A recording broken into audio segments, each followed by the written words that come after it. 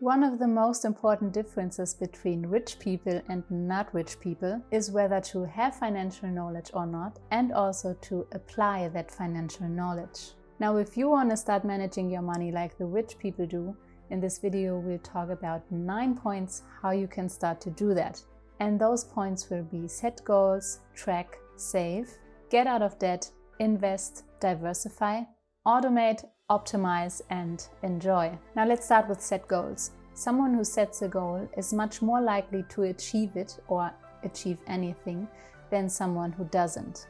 So a goal serves us as a direction in which we decide to go to, and it also builds the foundations of the systems we will then apply to achieve those goals. So set yourself financial goals. Ask yourself, where do you want to be in 1 year from now, in 5 years, or in 10 years from now? And those goals will be very different for different people. Maybe your goal is to get out of debt. Maybe it's to save something up for your retirement. And it can also be, of course, I want to be a millionaire in the next X years. And it doesn't matter on what side on the spectrum you are. It matters that you get clear on what you want and that you set it as a goal for yourself, preferably in a written form. The next point is track. So rich people know what money comes in and what goes out. In other words, a budget. I made a video on how to budget if you're a beginner. I'll link it down in the video description if you want to check it out later. And to do that budget especially allows you to reduce unnecessary spendings. That means especially the ones that take a lot of time and that maybe don't bring that much value to you. At a later stage, when you have already saved up some money, tracking also means to know where your money is at. Even if you have outsourced it to a financial advisor, it's still important to have an overview of, for example, how much money you have in real estate, how much you have in stocks, how much you have in commodities or in cash. Not to know every detail every time, but at least to have an overview over the whole portfolio. Next point is save. I dare say every financially successful person has a plan to save money. If you don't just yet, I made a video on how to start. I'll link it in the video description for you to watch later. And as you keep saving up money, there are those like 3 levels. And you can imagine it like those champagne fountains, you know, where you fill up the first glass and then when it's full it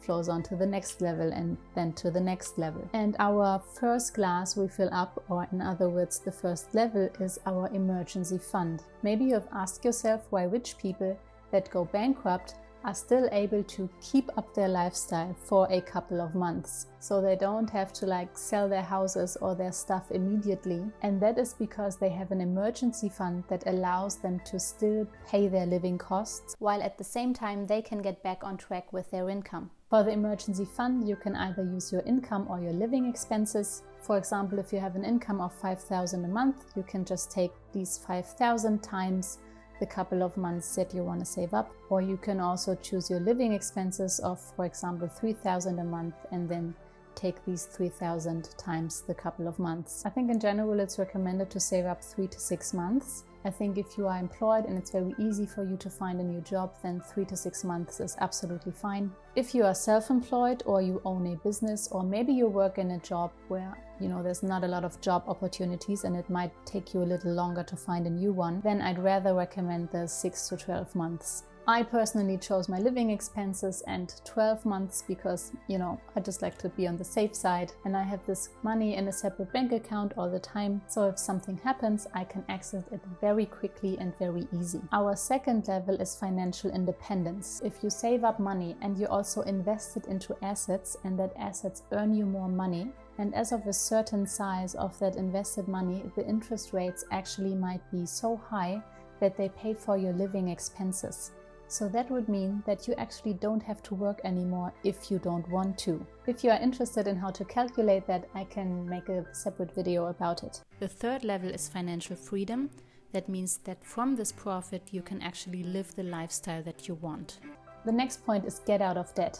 Another thing that rich people do is to get out of debt, or maybe even not get into debt in the first place unless it is for business. So you should get out of debt, especially if it's high interest rates and if it doesn't earn you money. And that is the case for credit card debt and consumer loans. And this is kind of bad debt because first, most of the time it's high interest rates. Second, most of the time we bought something that is going to lose value over time. And third, for this thing we pay twice: the actual price that it cost, and after that the interest rates. So there is also like the good debt kind of thing. For example, if you own real estate and you have a low interest mortgage, and maybe it's even lended out so that the mortgage, or the house or flat or whatever, practically pays itself. Of course, that's great because it's an asset, it's going to earn you money in the future. Maybe it already earns you money now. Another example would be if you used OPM, other people's money, that means from investors, to create leverage for your own business. That's also great. It's an asset, you put in the work, and further down the line you're going to earn money with it, or at least learn a lot of stuff. And also part of the good debt is a student loan, because most of the time it's low interest rates. You most likely level up your earning capacity, because statistically people with a college degree have higher income than people without. Next point is invest.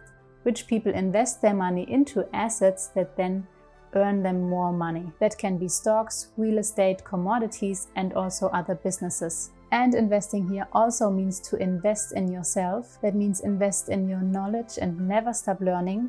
You can invest money, but also time. For example, this video. You're investing the time to learn over personal finances. That's brilliant. If you apply everything you learn in this video, that will put you like ahead of 90% of society. And investing in yourself and your knowledge also most probably means to increase your income. And what you also can and should invest in is relationships. To be human is to be a social being. Invest time in good relationships, in people you like, in people that stand by you and you by them. And depending on what kinds of goals you set for yourself, try to surround your people that have already achieved that.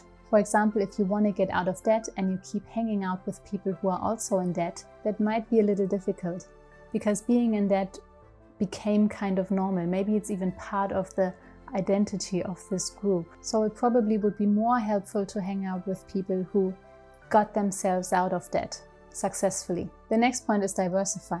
Now, one of the most important rules of investing is to not lay all of your eggs into one basket. So my personal recommendation is, especially at the beginning, to start with stocks. Here, ETFs, the exchange traded funds, are a good opportunity to start because they are very easy to access. You can start with small amounts and they are already diversified over different companies, over different countries, and over different sectors if you choose all the right ones. And I think the older you get, the more important it is to diversify, because if you are young and you make a financial mistake and you lose everything might not be that much, and it's a good learning opportunity, and also there's plenty of time for you to earn it back. You may want to prepare for a time where you won't earn as much as you are now or used to in the past. So diversify over different assets, so if one doesn't work, you still have plenty of all the other things. The next point is automate.